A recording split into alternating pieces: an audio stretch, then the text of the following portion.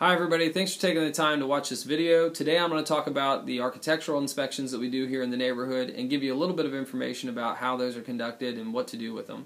So the inspections are pretty simple. It's somebody driving through the neighborhood looking for violations. And the violations are things that are set forth in the CC&Rs. There are also things that are set forth in the Rules and Regulations book. The inspections are done in the neighborhood on a generally monthly basis. They're going to be conducted by an association management group, and Danielle Rudisil will generally handle them. And one thing I want to point out is the board of directors has said to the president of the association, which is me, you will ensure that Almond Glen is inspected by AMG. And then I turn around and make sure it's done.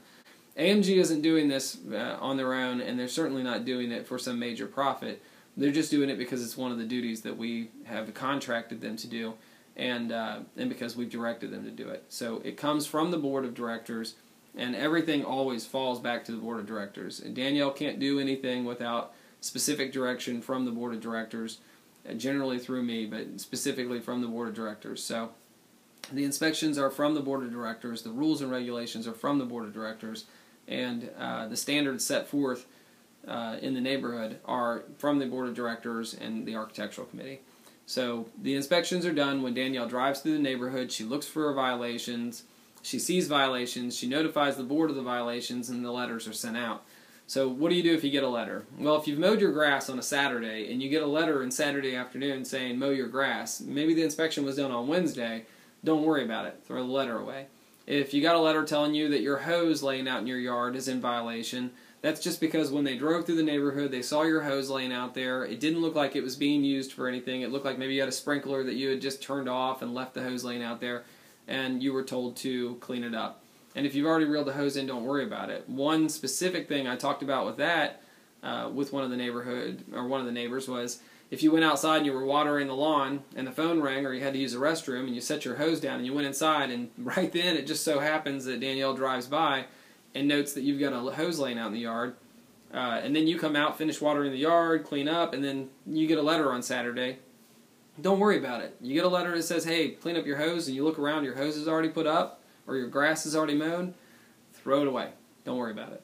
That's going to happen sometimes. If you get a notice saying that you're being fined, that's where you'd want to probably talk to us and let us know what happened. The board of directors and the architectural committee can set up a hearing date.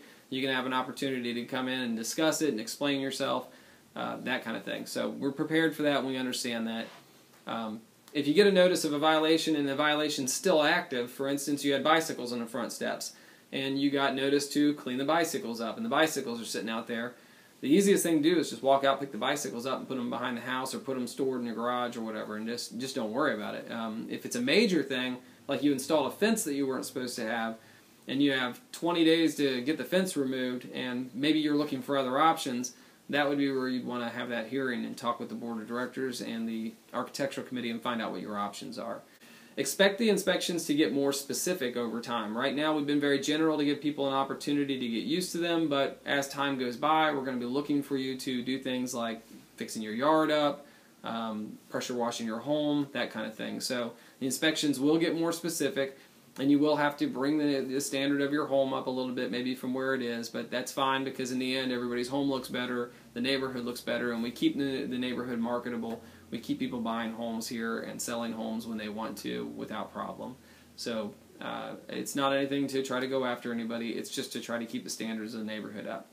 If you have any questions at all, you can contact Danielle Rudisil. Her information is posted on the Almond Glen webpage. Our community webpage is almondglenhoa.org, or .com.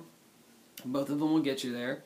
Danielle's information is right up the top. She has a direct line, so if you're using an old number to call her, switch over to that direct line. That'll help out a lot. You can also email her. I believe her email is drudisil@amgworld.com. Again, that information is listed on the website. Just go over to almondglenhoa.org, or almondglenhoa.com. You can also email the board directly at almondglenhoa@gmail.com. You can also just come up and ask one of us. If you see one of the board members, myself, just come over and ask us. It's not that big a deal.